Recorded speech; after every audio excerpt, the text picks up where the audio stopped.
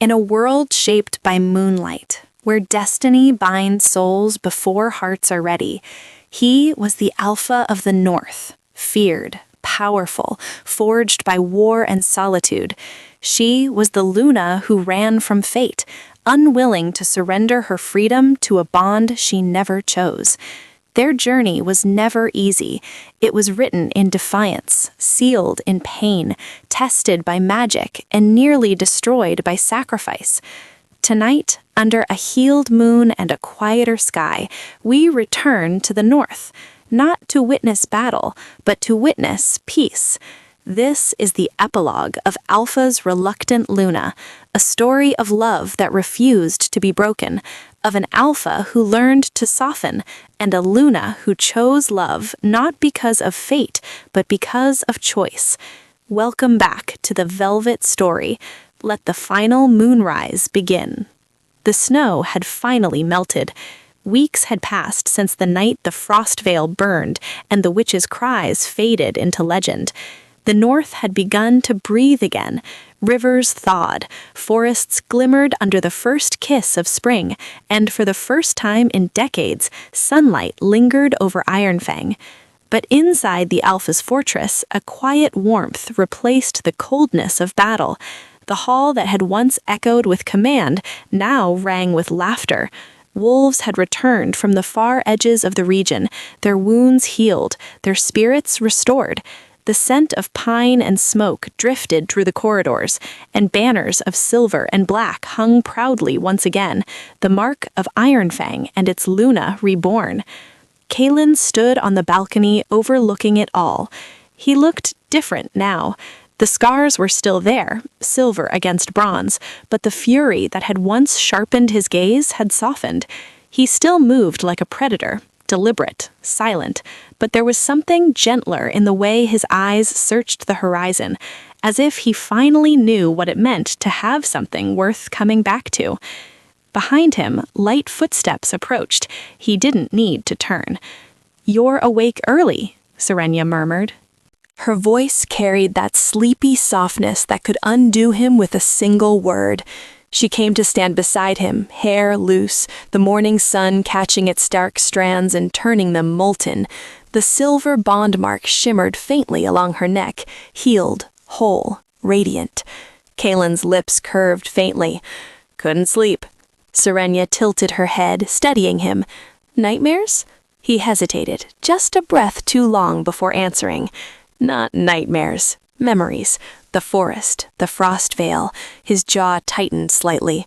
"Sometimes I still hear her scream." Serenya's hand found his, fingers intertwining. "You don't have to carry it alone anymore." He turned to her then, and the look in his eyes made her chest ache. There were centuries of wildness in that gaze, but also something utterly human. "I know," he said quietly. "You're the only reason I remember how to stop fighting." For a while they stood in silence, watching the pack begin their morning rituals below. Pups darted through the courtyard, warriors sparred lazily, and the smell of breakfast wafted from the kitchens. The fortress, once carved for war, had become a home. Serenya leaned her head on his shoulder. "They love you." "They fear me," Kaelen corrected. She smiled, eyes glinting. "Fear and love aren't so different, Alpha. Both make people listen." He gave a short laugh, low and rough. "And which one makes you listen?" She looked up at him, that sharp, playful spark in her gaze. "Neither. I only stay because I love you." Kaelen turned, and before she could blink, he'd backed her gently against the cold stone of the balcony wall. The air shifted, the easy calm replaced by that quiet, dangerous intensity she knew too well. "Careful, Luna," he murmured, voice dark velvet. "That almost sounds like defiance." Her heart stuttered, but her smile didn't fade. "Maybe it is." He leaned closer, their breaths mingling. "And what happens when my Luna defies me?" She tilted her chin up, unafraid. "You melt." For a heartbeat he was still, and then he laughed again, a real laugh this time, warm and unguarded. He kissed her forehead, lingering there. "You are impossible." "And yet," she whispered, looping her arms around his neck, "you still chose me." "I didn't choose you," he said softly, brushing his thumb along her jaw. "The moon did. I just got lucky." Later that evening, the fortress came alive with light and music. The ceremony had begun. Word of the Alpha and Luna's restored bond had spread beyond the north. Packs from distant regions, east, west, and south, had come to witness it.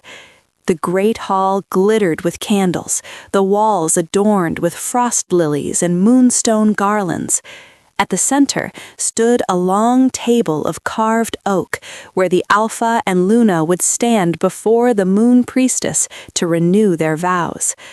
Serenya's dress shimmered like liquid starlight, flowing around her like a living thing. She had never been one for finery, but tonight was different. Tonight wasn't just about beauty, it was about power, grace, the quiet triumph of a woman who had defied fate and won. As she stood at the entrance of the hall, the crowd fell silent. The torches dimmed, and moonlight poured through the high windows, finding her, as if the heavens themselves had been waiting for her to appear. Kaelen's breath caught. He had seen her countless times, covered in blood, dirt, fury, laughter, but this was different. She looked like the promise the moon made to the earth every night, steady, luminous, eternal. She met his gaze across the room and smiled, that slow, knowing curve that had once undone him in the forest. Every wolf in the hall turned toward her, heads bowed in reverence as she walked forward. But Kaelen couldn't bow. He stood tall, eyes locked on hers, unable to breathe until she reached him. When she finally did, she whispered, "You look nervous, Alpha." He leaned in just enough that only she could hear. "I've faced armies, witches, and death itself. None of them ever made my hands shake like this." Her smile softened.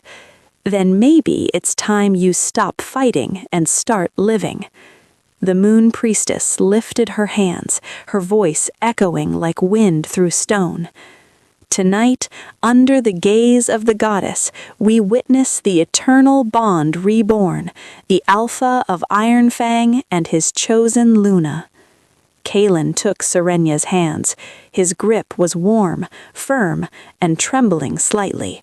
He spoke first. "I searched for you before I knew your name. I wanted a mate who would stand beside me, not behind. I found a woman who defied me, infuriated me, and taught me that strength isn't domination, it's devotion. You're my calm, Serenya, my fire, my madness, and every time I breathe, I'll thank the moon for bringing you back." Serenya's eyes shimmered, tears clinging to her lashes. She swallowed hard before speaking. "You once told me love was weakness. But you were wrong, Kaelen. Love is the reason you still breathe. It's what brought me back when everything else faded. I don't want perfection. I want you, the fierce, stubborn alpha who drives me to madness and makes me feel alive. My mate, my equal, my home."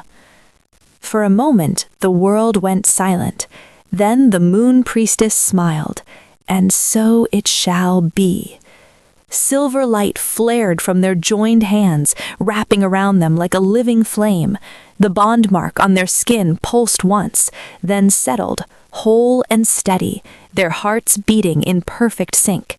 The crowd erupted in a chorus of howls that echoed through the mountains, but Kaelen didn't hear them. He only saw her. He pulled her close and kissed her, not the desperate kind born of battle, but the deep, slow kind that said, "This is forever." The hall seemed to hold its breath, the silver glow surrounding them like a blessing. Hours later, when the feast had ended and the laughter faded, Kaelen found Serenya outside under the moonlight again. She stood barefoot in the snow, head tilted toward the stars. Her hair shimmered like spun silver, her breath soft against the cold air. When she sensed him behind her, she didn't turn, she simply smiled. I knew you'd follow." "Of course," he said quietly. "You're my Luna, my bond, my reason." She turned to face him, eyes luminous. "Then tell me something, Alpha. If you had never found me that night, if the witches had succeeded, would you have searched forever?" He didn't hesitate.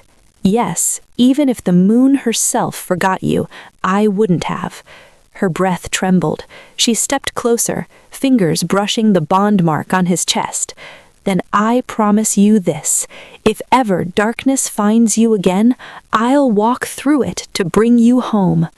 He smiled, a rare, unguarded thing. Then the moon made us right after all. They stood there for a long time, wrapped in silence, the snow falling around them in soft spirals. When Serenya leaned against him, he wrapped his arms around her, holding her close. Not out of fear she'd vanish, but simply because he could. The cold didn't touch them. The war was behind them. And for once, the Alpha of the North allowed himself to breathe, not as a warrior, but as a man who had found peace in the only place it ever truly existed, in the arms of his Luna. The moon hung high above, pale and whole again, bathing them in silver light. And if one listened closely to the wind that night, they could still hear it, the whispered vow of two souls that even death could not break. Mine, always. And so, beneath a moon made whole again, their story finds its rest. Not in conquest, not in power, but in quiet moments, shared breaths, intertwined hands, and a love that endured when everything else fell away. Kaelen was never just an Alpha. Serenya was never just a Luna.